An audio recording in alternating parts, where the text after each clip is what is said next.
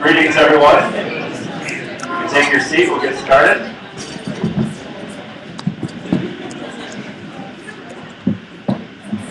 Thank you, one and all, for being here today. I really appreciate it. My name is Andrew Eklund. I'm the founder of Ciceron, and we are just really pleased to have you here. This is the fourth Ciceron MBA. The MBA used to stand for Marketing, Booze, and Art. And we realized that it was just a bunch of freeloaders who were showing up to our events, and so we, no offense to our friend from Surly here, Mary, but... That's right, I'll take beer. That's right. Yeah, sorry. So now we have the Ciceron MBA, which is Marketing, Breakfast, and Action. A little more boring, but at any rate, it's certainly more morning activity. We have a great panel here today, and we are not going to spend a lot of time wasting with my breath on that, and hopefully get to that as soon as possible. Just wanted to sort of level set a few things. First of all, if you didn't have parking and you heard Tiffany say, just write MBA on your ticket, that'll get you the free access out. The other thing is that we are changing venues. We've changed venues several times. So how many have been to one of these before? Great. We would love your feedback in terms of what you like. This is by far the funkiest group of people that we've had here before, and I say that with all affection. With the most conservative place on our map so far as a venue. So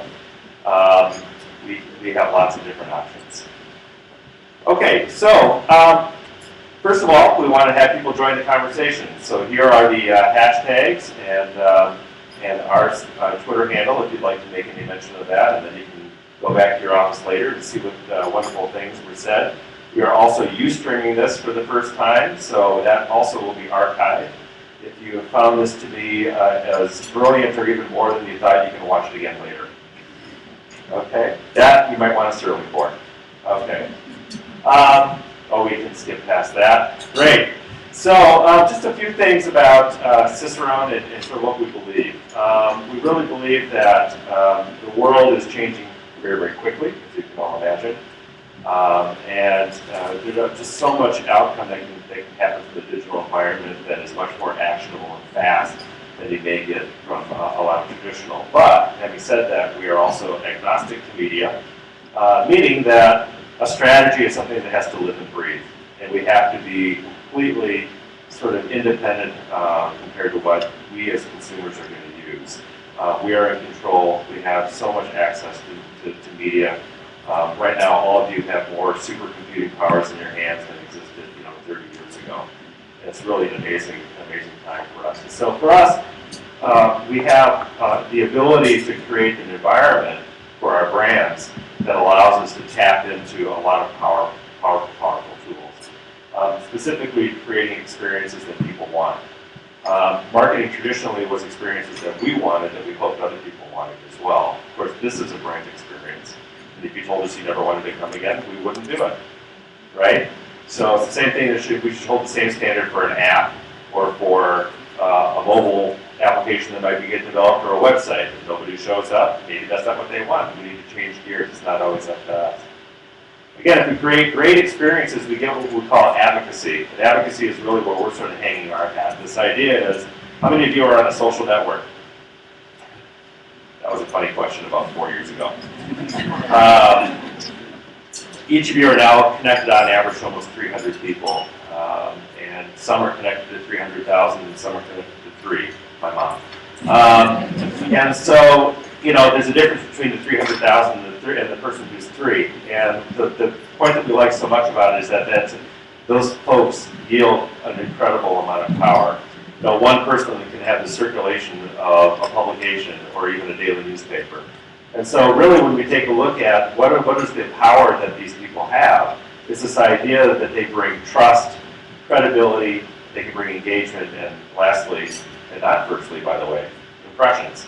And when you look at pretty much all research studies that come out these days, whether it's Nielsen or eMarketer or Jupiter and so forth, they're all saying the same thing, and that is that we as consumers trust each other more than we trust brands. And that is something that's a dynamic that we absolutely have to take into consideration as we continue to grow our brands. The beautiful thing about all of this is, and this is where I get to be sort of a wonky guy. Well, this isn't the only time. I guess I always am a wonky guy. Is all of this interconnectedness creates a huge amount of data that gives us an opportunity to let our audiences, let our fans, let our customers tell us incrementally how we can do better. And that is amazing. That's an amazing thing. We used to sort of rely a lot on anecdotal evidence. We talked to our sales organization. Well, how's it going out in the field? And whatever the worst meeting was that they just had was exactly what was happening with the rest of the environment, right? Or the best meeting, and then we plan around the best meeting. A lot of evidence that we would get through focus groups. So basically 12 people sitting around eating bagels telling us where we needed to spend billions of dollars or billions of dollars to improve our business. The world of the web now is just this online focus group of hopefully many times over what might fit into a facilitation room. And that truly is an amazing opportunity. And that to me is the whole next phase of the evolution of where we're headed. This idea of insights and data giving us a live playbook on how we can be better as companies. Not just from products and services, but customer service, go-to-market strategies, and they can discover new sort of untapped areas of opportunity that we were maybe never aware of. And that just to me is very, very exciting. So without further ado, I would like to introduce our panel today. We have Ashanti Abdullah from Rhymesayers. I don't know, do you still say Rhymesayers Records? Entertainment, see? Records is only one thing, entertainment's everything, right? We need a record to entertain. Right, we have Mary Selke from Surly Brewing. And we have Chris Isles from the Minnesota Twins.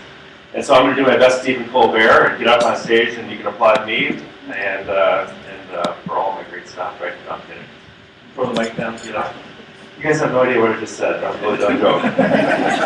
You know how Stephen Colbert does it? He introduces the guest and then he runs up like he's the champion? Okay, I won't do that. I'll just knock over the screen and go from there. Thank you. By the way, are Ustreams editable? Okay, we can. Damn it. Okay. Well, thank you all for being here. Why don't we just quickly, we'll go to my right and just go to my left would work. Introduce yourself, what you do, and then we'll get into a discussion about advocacy. All right, I'm Chris Isles from the Minnesota Twins. I'm the Senior Manager of Corporate Communications, so I run our media relations efforts, I run our internal communications, our social media, I have a hand in our digital marketing and various other things. I'm Mary Selke, and I work for Surly, and I do a bunch of stuff. But I run their big events, Surly Fest and Darkness Day. Anyone been to either of those events? You have fun? Good, okay. And I also run what's Surly Gives a Damn, which is the charitable side of Surly. Ashanti Abdullah. I am the manager of sales and marketing. I do a little bit of licensing, do a lot of marketing on records, am now running social media. Used to just oversee it, which has been very interesting. Yeah, I do a ton of stuff. We also wanted to encourage people to small enough room that if you have a question at any time, just raise your hand, interrupt us. We'll, I think everyone will be able to hear you, and we'd love to have this to be a discussion. So, obviously, for example, the Minnesota Twins have been around forever. Surly's been around for not even 10 years yet, 7 years. Rhymesayers is 20. So at least two of you have seen a difference between sort of the fan of old and the fan of new. The fan that was connected and now the fan that, or was not connected and now the fan that is. What would you say is the major difference that you've seen between sort of the traditional fan who might show up at a game or at a concert ordering beer, and those who have a tremendous amount of power in their hands by the fact that they're connected? I guess I'll start. I guess I don't view them as being all that different. Everyone has their own networks personally. The people that are more connected on social networks are able to help us get messaging out more quickly and give us feedback more quickly, but we definitely don't discount the people that aren't super socially active because they do have, let's not forget the world's oldest social network is, me and you sitting right here. I agree. I think the only thing that's really changed from maybe 10 years ago to now is just the way they access our media. It's pretty much we started with a very, very strong core, and that core just got bigger. So it's the same fanatical fan. Not much difference. And you guys have a bill named after you, right? The Surly Bill. Yeah. So tell us even from that perspective, were you able to sort of rile up support and use those digital channels to get that done faster? And the Surly Bill for everybody here was, well, actually, Mary, why don't you sort of tell us the background of the Surly Bill, which gave you the license to allow you to not only make beer but sell on premise? Sure, right. The Surly Bill started, Omar had a vision, along with Todd Hunt, the brewer, to make a destination brewery. But at the point a couple of years ago, you actually could not sell beer, a pint glass of beer outside of, if you had a brewery, because there was this three-tiered system, which I'm not going to get into. But needless to say, Omar had to march up to Capitol Hill, basically, and change the bill so that a brewery could indeed sell a pint of glass to a consumer, which now you see all these tap rooms opening up, and that's why. Surly has a really great hardcore following, and that Surly Bill kind of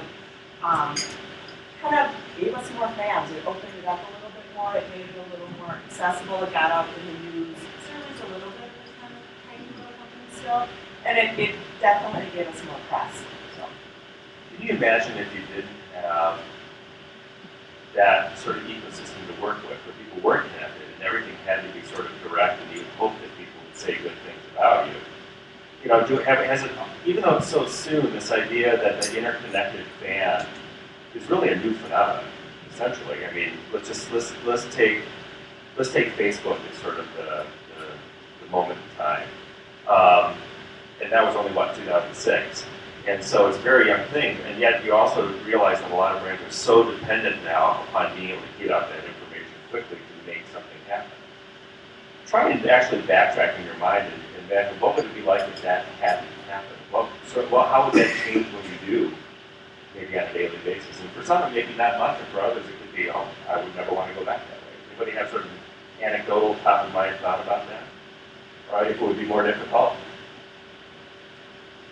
Social media has definitely made it easier to go straight to the consumer. We used to rely on a news cycle where we would break news to the traditional media. We've gone completely away from that, where we're breaking news straight to our fans, and then the traditional media are following up on that. So kind of the blurring of the lines between traditional and social media has been cool to watch over the past few years, but it makes it a lot easier for us to communicate directly with our fans and for them to communicate directly with us. And that has got to be fairly disruptive, right? And I'm not sure if it's in the record business as well, where you would maybe send to, again, influential people, maybe in the Rolling Stone or Sure. something like this, and now you just get it to the fans, and then they pick it up from the buzz that you got to be the fans. Is that true? Yeah, the way that we still keep those strong relationships with them, though, is that we might have an initiative that is going to be big, and we might partner with them to lead with it, and still kind of do it that way from time to time.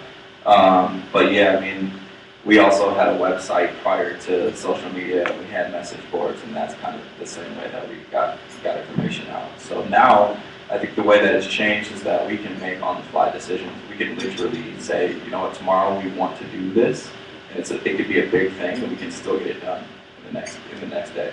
So, And so that news cycle for you, same way as what you're saying, Chris, is immediate. Yep. And that the media is now responsive to that, not Yep. necessarily to getting a press release or a phone call from you. Right. We're definitely less beholden to the traditional media. Has that changed the kind of news that gets covered? And that's really for all of you. I mean, do you realize that what the consumer is interested in, or the fan is interested in, might be different than what you may have gotten, say, through a more traditional communication channel? It really depends on the publication, or you know what I mean? It depends. They know their readership, and they probably should know what their readers want to read. So I can't say. I know that there's a story that we want to tell, and that's the story that we tell across the board. So. Mary, in your case, I think about like beeradvocate.com and others like that, the battles that maybe even now, I suppose if you took all those home brewers and beer fanatics and added up all their blogs and their tumblers, it's probably much larger than Beer Advocate. But have you guys been able to figure out how to sort of tap into that world? And I know your world is much more on the charity side of serving as well. Right. I can probably speak to that better than I could speak to all the blogs that are happening. Yeah. And I know we do kind of do what we can to keep track of what's going on in those blog worlds. Because people are talking and you want to know what they're saying.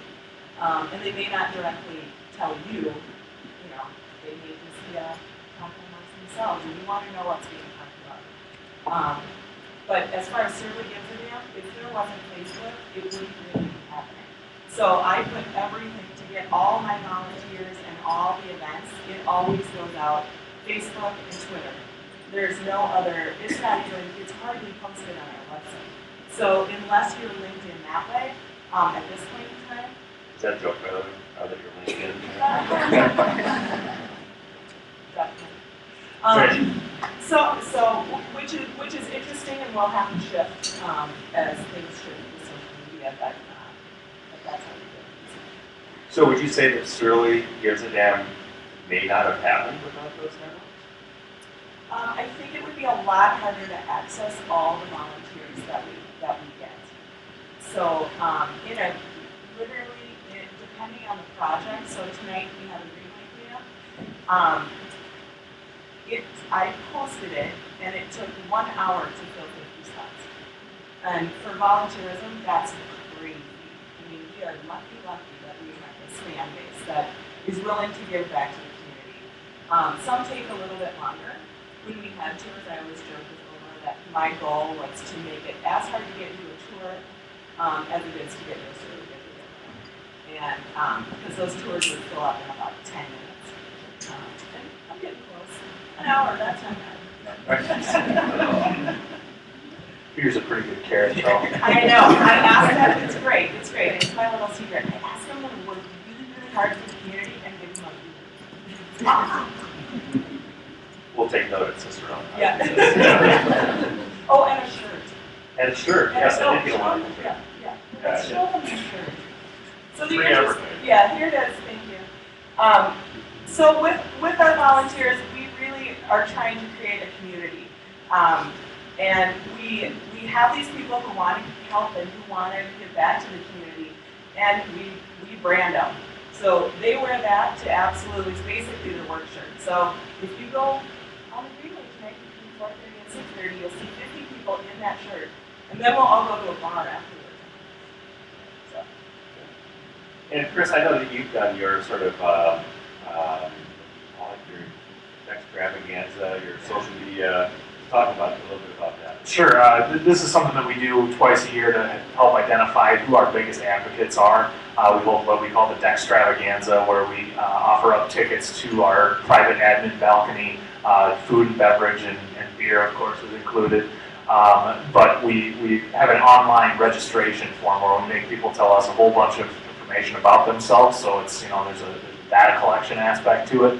And we're able to garner information on how big the size of their networks are socially and in the digital world. And so we pretty much pick the all-stars out of those groups that register online. bring them in for this Dextravaganza event, treat them to a game, get them a little bit boozed up, and have a little focus group on our deck. We'll tell you so much more. Yeah. I know. And what do you see as an impact from that? What do you learn from those events? Really, we get feedback on what people want to see us doing in the social space and in the digital space, and we're able to tailor our efforts to what these heavy social media users are asking of us. And then on the events themselves, we're able to garner tremendous buzz just because of the size of the networks that each of these participants has. Can you give us an example of some of those numbers? I can't off the top of my I head. mean, do you have 100 people there and No, 100,000 impressions? It's much smaller than that, and so we have about 20 people on each event, and then I don't have the impressions numbers off the top of my head, but we get certain hashtags trending every time. And the other thing we should mention about Rhymesayers as part of entertainment is Soundset. Yep.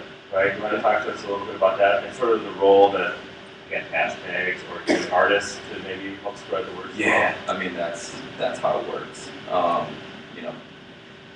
I'm so blessed to have such a core audience that pays attention to us, like to every single word we say on social media.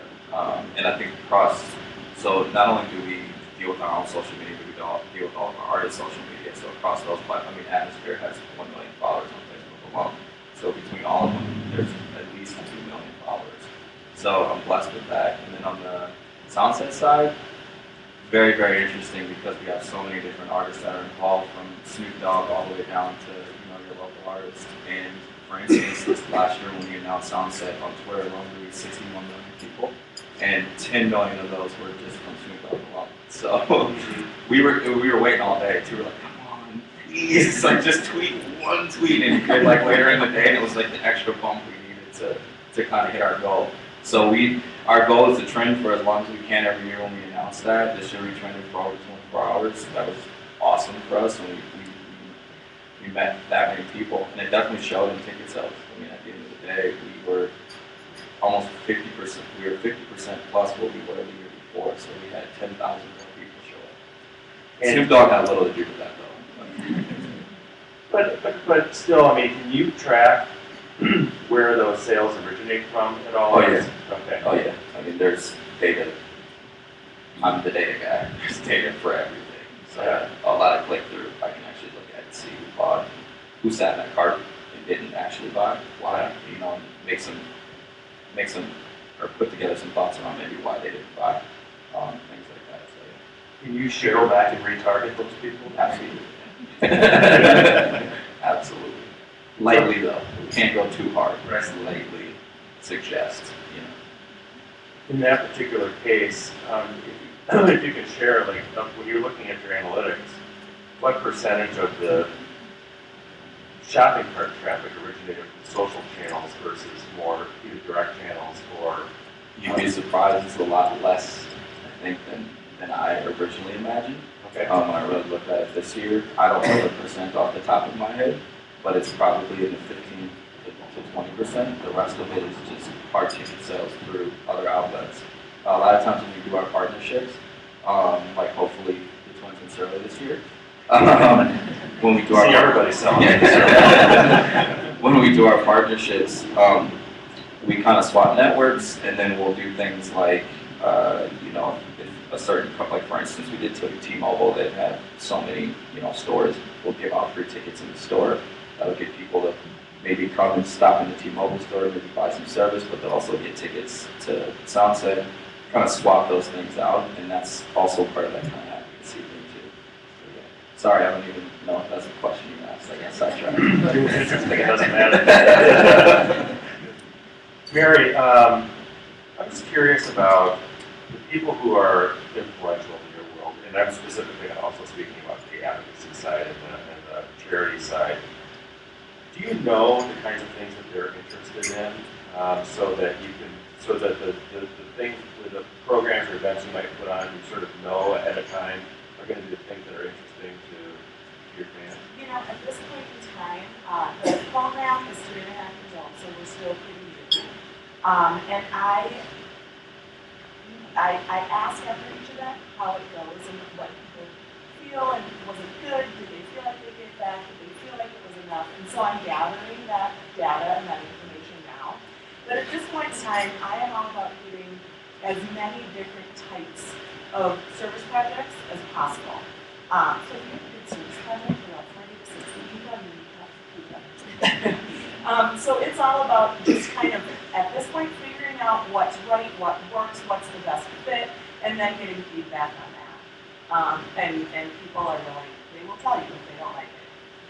Probably, not all of them will tell you, but if you, work the room and you figure it out, and some projects get ditched because they don't like it. Just like people didn't like yesterday. So. Thanks for teeing up my next event there.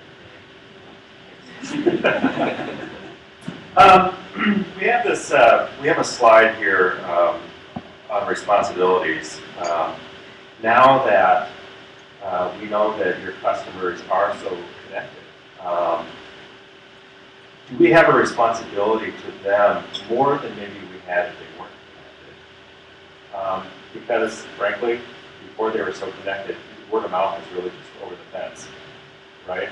And now all of a sudden, man, if we offend, which is sort of on the other side, but if they actually do move the dial for us, what sort of responsibilities do we have back to them? So that we kind of keep earning their trust and earning that to get the keeps on giving through their advocacy. Do you see conversations about that happening internally, or even with your artists, or certainly with ball fans?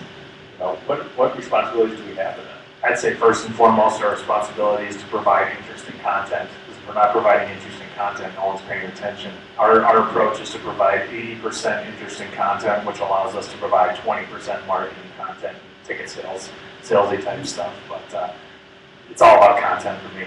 Do you get pressures from your sales organization to sell more? Absolutely. How do you counter that? What's the argument? The argument is people aren't going to pay attention to us if we're just cramming, sales messaging down their throat when we just lost 96 games. So we got to be providing interesting content. Part of being a good brand is to be transparent. And I am getting calls from Brittany for my season renewal. So, Will you be renewing? Yes. What? Oh my goodness, I think we are recording this, correct? Is this also hooked up to a credit card system? Yeah, he's got a square. Yeah, squared away. Yeah, exactly. That's maybe also a question, maybe through nods and heads, but those of you who are in marketing, are you getting a lot of pressure from external people saying, oh my God, we now have all of these people that we didn't have before? On the one hand, you see brands getting a lot of pressure to grow the fan base. You want 500,000 or 50,000 Facebook fans, but nobody's telling you why you need those, right? And now let's say you achieve that bogey, and you multiply that by 300, because that each of those people have offended. You've got an incredible amount of power, but they can go away as fast as they come in by abusing them, right? By not having sort of an 80-20 rule with it. Like, I'm just curious if people in the room are sort of nodding at that. I mean, it's tempting, isn't it? It's tempting to treat it like a direct mail database where you just hit it. It's like, I'm going to get a 1%, 2% response rate. And all of a sudden you look at your follower count, it just went down by 10%. Now you don't have those people anymore. Any comments about that? I totally agree. From the beginning, it's always been about content. We've definitely had the chance before. So we're distributed through Warner Brother Records, but everyone offered us a deal with about 10 years in. We turned them all down until it was the right deal for us. And that's completely true. It is about the content. I mean, we send out newsletters when necessary. We really we don't have a schedule for that. We just feel like it's, unfortunately on our side, direct marketing is looked at as really bad from our customer base. So we have to be very sly about how we market to them. For instance, recently, we wanted to do something cool, something different, so we did a limited run of merch products, so a t-shirt, like a special edition t-shirt that's a little higher quality but a little higher price than our normal kind of merch for our flagship artists. We did 500 of each style, so there's 1,500 shirts total, and we really hit the marketing hard, but more in a like own a piece of this, you know, you get one of, they were all hand numbered and so on and so forth, and we flew through all 1,500 of them in about 2.5 hours. So it's the quality of the product at the very core of everything else. I mean, you all can say something is awesome all day long, but if they don't believe it, they're not going to buy into it. I want to pause for a moment and just see if we have some questions from the crowd for these three talented people. Yes, sir. The question was, what is good content versus bad content? To me, good content is behind the scenes content that fans want to see that they couldn't see otherwise. You know, it's a picture from the locker room, it's a picture of Joe Mauer walking in from his car. It's stuff that fans don't otherwise get access to.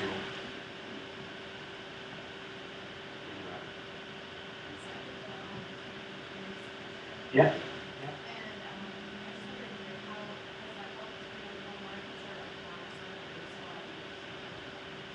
Yeah, absolutely. That's something that we started doing new this year. There's all-you-can-tweet seats where we invited, you know, heavy social media users into the ballpark to tweet from our account, basically. All the tweets that came out from our account were retweets of their accounts, and that's definitely helped. It's also helped us identify strong advocates as well, like yourself.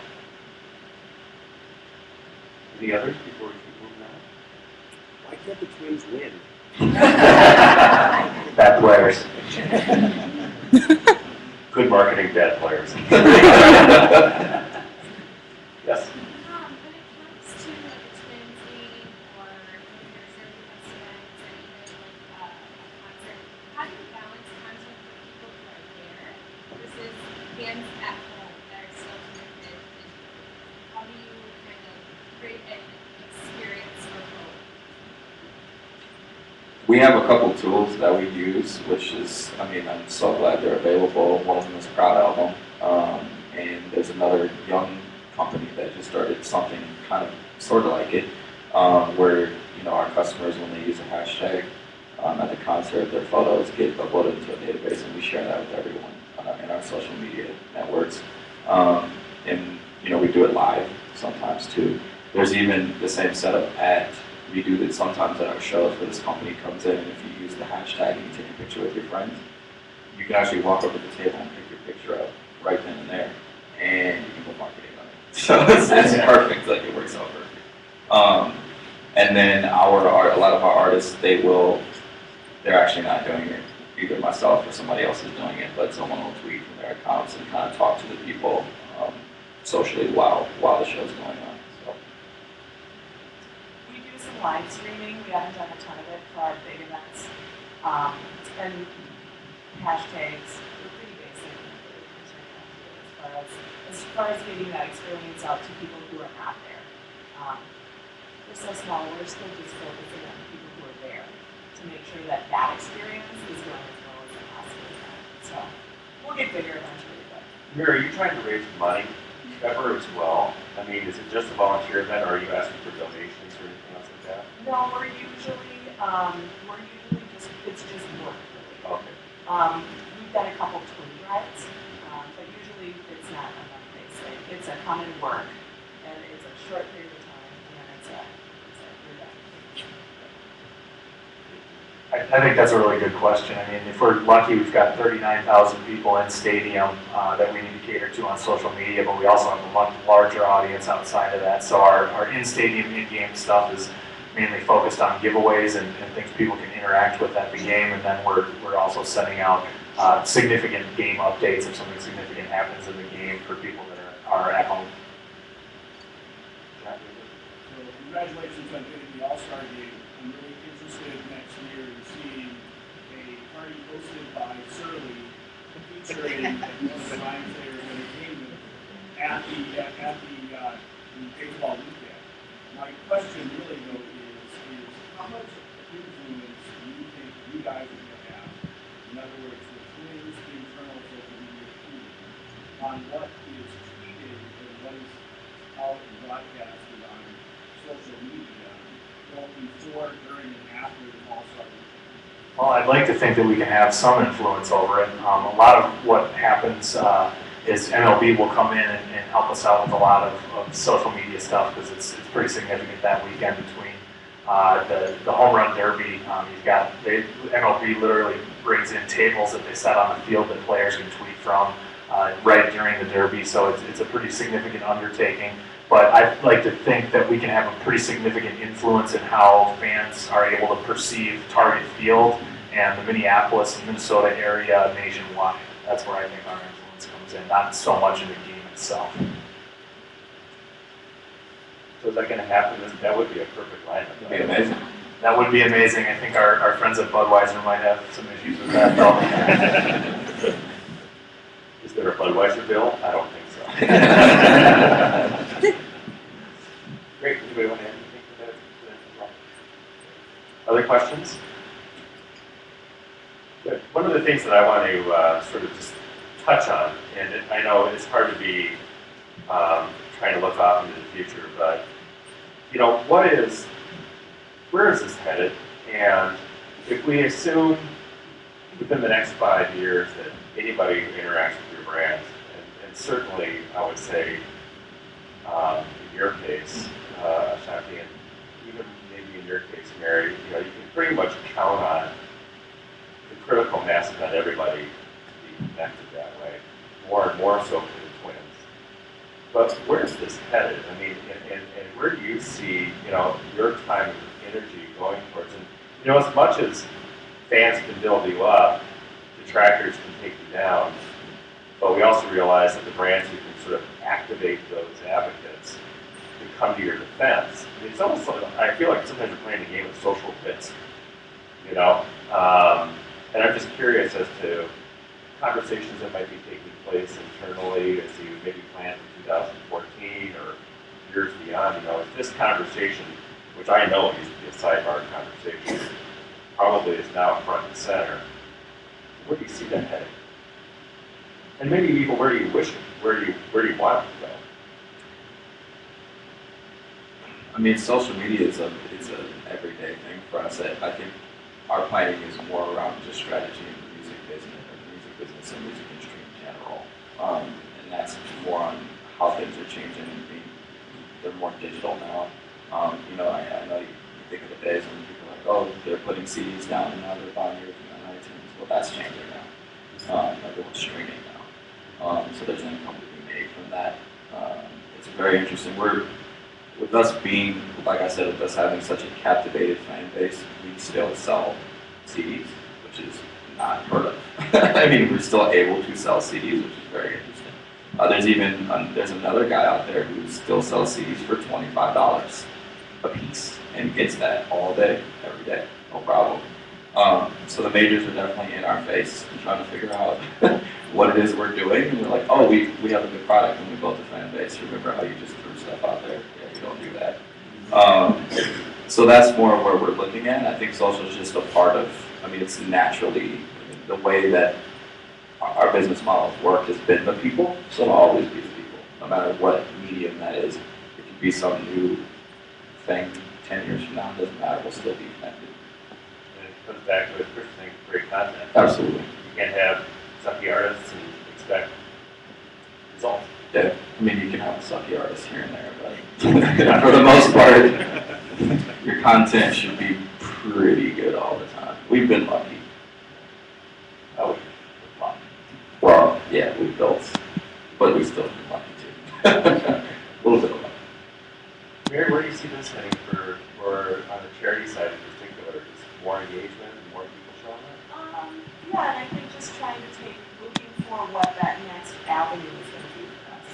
Right now it's about these community events and giving back that direction. And now it will be in the future, probably not this year, probably not next year, but what is that next leap that we're doing charity-wise to give to do? Is it bigger events? Is it more events?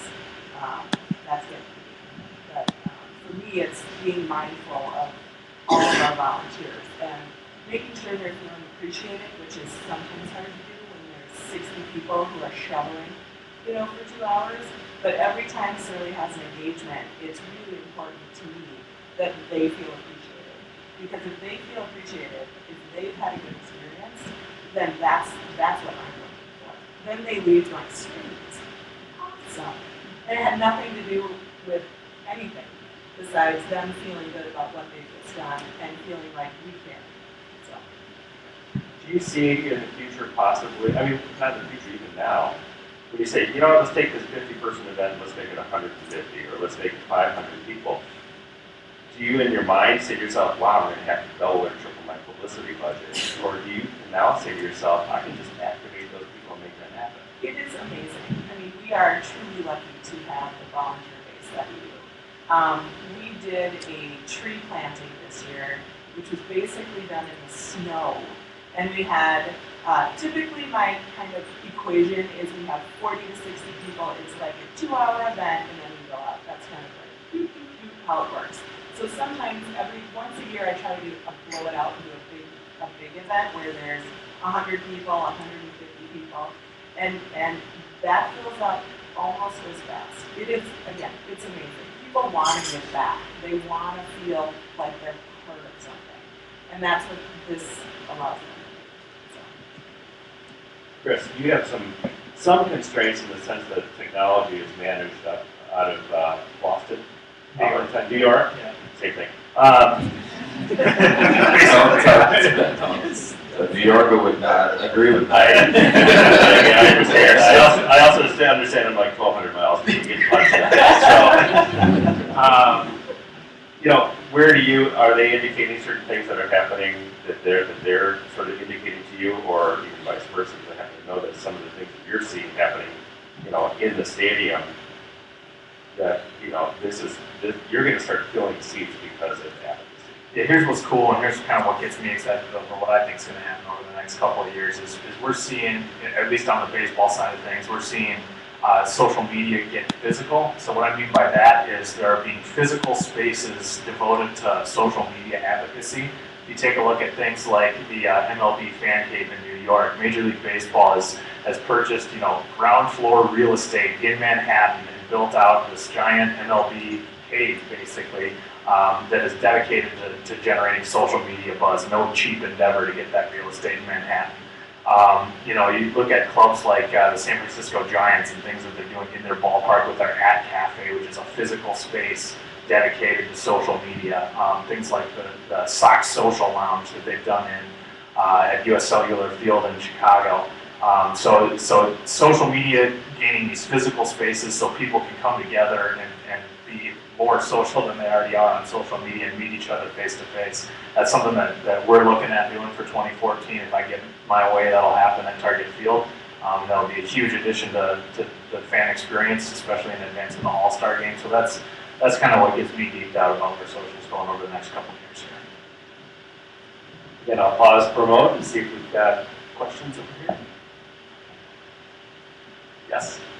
When you talk about an advocate, what does that look like to you? With the formula of mention of my brand plus followers? That's exactly what it looks like to us. We have a program, it's Adobe Social, where we can go in, we can look at how many times they've mentioned specific, you know, @twins or specific hashtags, what their sentiment was, their reach, and that's kind of how we determine who an advocate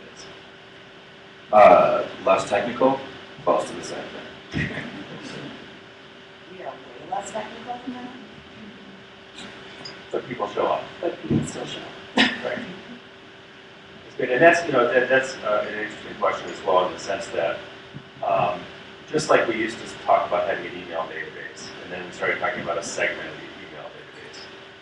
We're now in this phase where we're talking about all of our followers, and now we're going to talk about who are our influencers and who are our advocates, which might only be 10%. And so it always starts big and comes back down to, you know, what matters. Not that the other 90% doesn't matter, but the 10% can have the impact something X with the other 90% does. And so I think the problem maybe all of us are having, including on the consulting agency side, is just that the tools are catching up to the desire that we have to do better targeting for all of that. But I can tell you that Silicon Valley is just seething with money to try and help figure all of that out, because to them that's the future. So it's a fun time to be in this business. You just got to understand that it's a complete wild west. One of the things that we did talk about a little bit, and I'd like to maybe end with this as well, is just how do we tap into these communities of people to help us figure out how we can be better. So we did talk about the responsibility we have to them, like creating great content. What can we learn from them? And you know, it's true. I mean, you did mention it, 96 games, and it wasn't much better last year. So, you know what? And everybody wants to be the coach, right? Right? Or everybody has their kid brother who's going to be the next great rap star, or anybody has a home brewer who makes beer better than Surly, right? How do you listen to that? How do you respond to that? And maybe on occasion, are they right? And how do you operationalize that, or does it turn something that might be just a little idea? Maybe it's actually indicative of something that could be really important and powerful. You're right, sometimes they are right. And what we do is we obviously can't respond to every question or comment that we get. You know, with more than a million social media followers, it's impossible, but we respond to trends. We'll always respond to trends, and you know, sometimes you do get that little nugget. We use our social media channels for crowdsourcing type deals, where you know, for example, we were in a meeting with our concessionaire talking about what we wanted to have for new concessions, new cool concessions items coming up in the next year, and immediately we're like, well, let's ask what people want to see. Tweeted it out, had, you know, 10 good ideas in 10 minutes. And were those 10 good ideas 10 separate ideas, or could you see some trends that said it wasn't just an idea, it was a lot of people having the same idea? A lot of people having the same idea. Yeah, we kind of do the same thing. We'll ask a question here or there on social media. And on the other side, if you're loud enough, we'll definitely listen. It's surprisingly enough, everything that comes through email or through our Twitter, someone reads every single one of them. We're still small enough to do that. So we pay attention to everything. If it doesn't make sense, it doesn't make sense. But if there's something that makes sense, we'll definitely act on it. And then, you know, the traditional way of the A&R rep being out, going to the clubs, finding that new person, is the social web also sort of the new A&R person? Not as much. Not yet for us. We still have to. We haven't signed an artist in a very long time. There's a reason for that. We grew that way. Sometimes we get into a formula that's worked for us. So we don't really feel like we need to jump on any trend by any means. We create them. That's kind of our space. So for us, we actually build relationships before we even talk about doing work together. If that was the case, Macklemore, we would have released the Macklemore record. It's that simple. Like, if that was the case, he's friends of ours. We weren't, for whatever reason, it didn't work out. But he's definitely a friend of ours. His agent now, or his manager now, he used to book all of our artists. He was our agent. So I mean, we could absolutely hop on a trend if we wanted to, but that's just not the way we do it. So yeah, we still listen with our ears and in person, and really need to know that person, who they are, and if they'll represent our brand as well, right? Well, and I think it's about listening. And you just, you know, even when you get negative stuff, which no one likes to get, you parse it through it, and you break it down, and there are nuggets in there. You know, there's some where you just walk through, whatever. Yeah, we heard that. We heard it 17 times. We get it. But there is stuff that you have to nurture those people, and you have to listen to them. And you might not act on it, but at least you let them know you're listening. How do you balance that with, I mean, you've got a fairly young sort of management team and all this and everything else, but like, how do you know when somebody is saying something and they really have a point? Is it because you already sort of know it and they just reinforce that? Or how oftentimes will something come up, I'm not necessarily saying, you know, a type of beer or something like that, but even in an event, saying, why haven't you guys done something for X? And like, we just didn't know that was something that you'd be interested in. I mean, is that sort of where you tap into it, or is it just that you guys are such a community too? You have people coming in and out of the brewery all the time. Right. You know, it's such a busy, churning place to be in that literally to sit down and to listen is important. Does that make sense? Like, I mean, it is just, it's not high tech. It's not any of that. It is listening. sitting up listening. And a lot of times, depending on who you're talking to, they'd rather walk away. And so it's actually making sure everyone on the team does that and listens and is willing to listen and not just walk away. Other questions? Well, let's give a round of applause to our great panel here today. Thank you very much.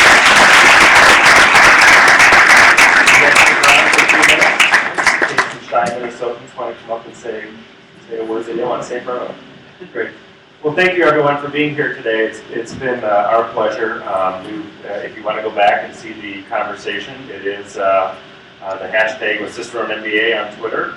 As well, we do have, and this is my big marketing thing, we do have what we call the Ciceron Digital Snapshot. It's just a really sort of interesting free thing that we do for people if they want to get an understanding of sort of where they line up against their competitors in a couple of key areas for using some free data. How many people in here have taken advantage of a snapshot before? Yeah, great. So if you see some of them, you can ask them, don't ask me, right? That's advocacy. Just don't talk to Tricia because I think we're stuck, but no, I'm kidding.